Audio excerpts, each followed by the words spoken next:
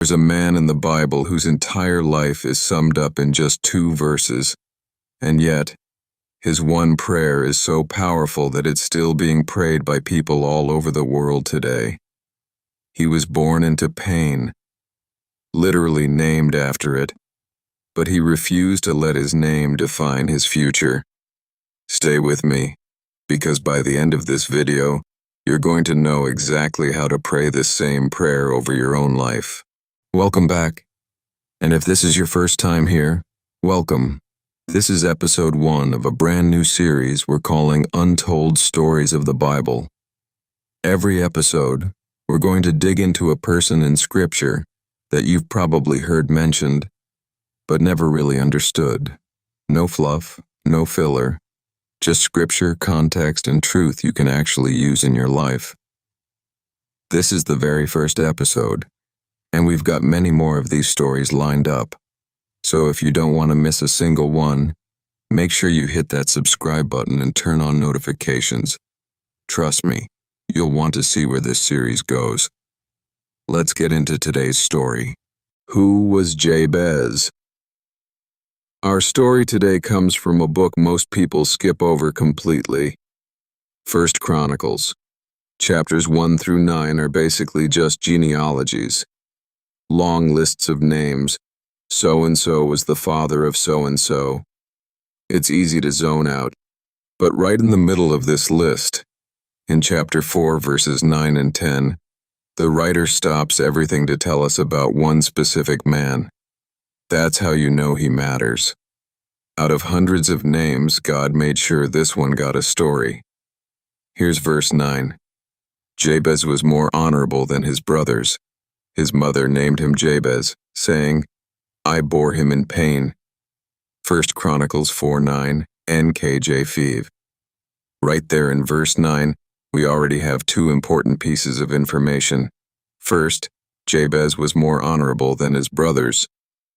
In the middle of a genealogy that barely says anything about anyone, this is high praise. Second, and this is the heartbreaking part, his own mother named him Jabez, which literally means he causes pain or sorrowful.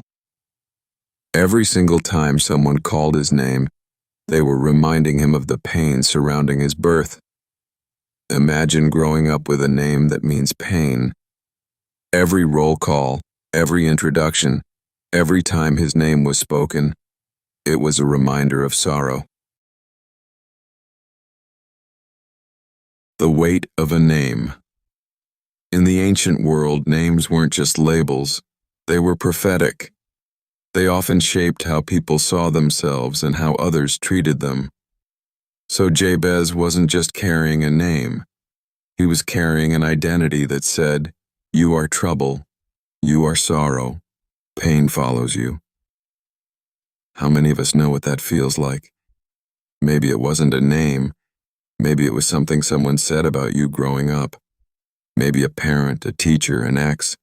Someone spoke words over your life that weren't a name, but they might as well have been. Words like, you'll never amount to anything, or you're just like your father, or you always mess things up. Jabez had every reason to live down to his name.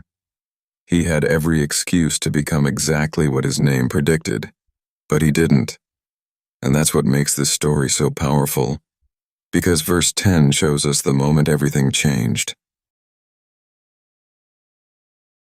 The prayer that changed his story. Look at verse 10. And Jabez called on the God of Israel, saying, Oh, that you would bless me indeed, and enlarge my territory, that your hand would be with me, and that you would keep me from evil, that I may not cause pain. So God granted him what he requested.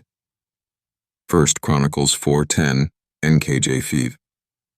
Let's break this prayer down piece by piece, because there are 4 specific requests here, and each one matters. First, oh, that you would bless me indeed. Jabez isn't asking for a small, cautious blessing. In Hebrew, this phrase is doubled up for emphasis. It's like saying, bless me, truly bless me. He's asking God to break the cycle his name predicted. He's saying, God, I refuse to accept sorrow as my inheritance. I'm asking you to rewrite what my life is going to be. Second, enlarge my territory. This wasn't a selfish, greedy request for more stuff. In the context of Israel at that time, territory meant influence, responsibility, and opportunity to do good for more people. Jabez was asking God to expand his impact, to trust him with more. Third, that your hand would be with me. This is the most important line in the whole prayer, and it's easy to miss. Jabez isn't just asking for blessing and increase. He's asking for God's presence to go along with it. He understood something a lot of people miss today. Increase without God's presence is empty. He didn't just want more. He wanted more, with God in it. Fourth, keep me from evil that I may not cause pain. And here's the most personal part of the prayer. Remember, his name literally meant he causes pain.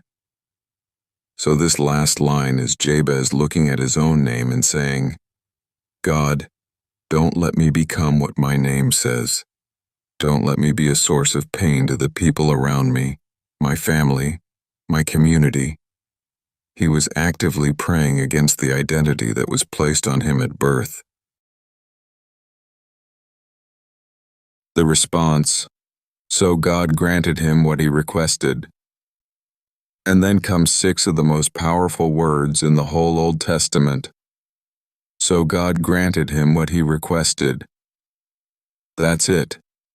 No drawn-out story of struggle, no lengthy narrative. Just, he asked, and God answered.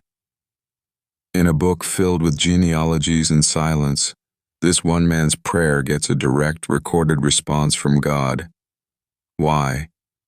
I believe it's because Jabez did something a lot of us are afraid to do.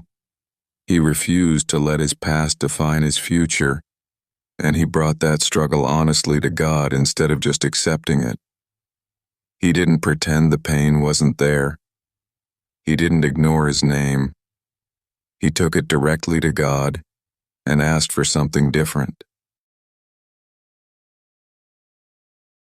That's our very first episode of Untold Stories of the Bible.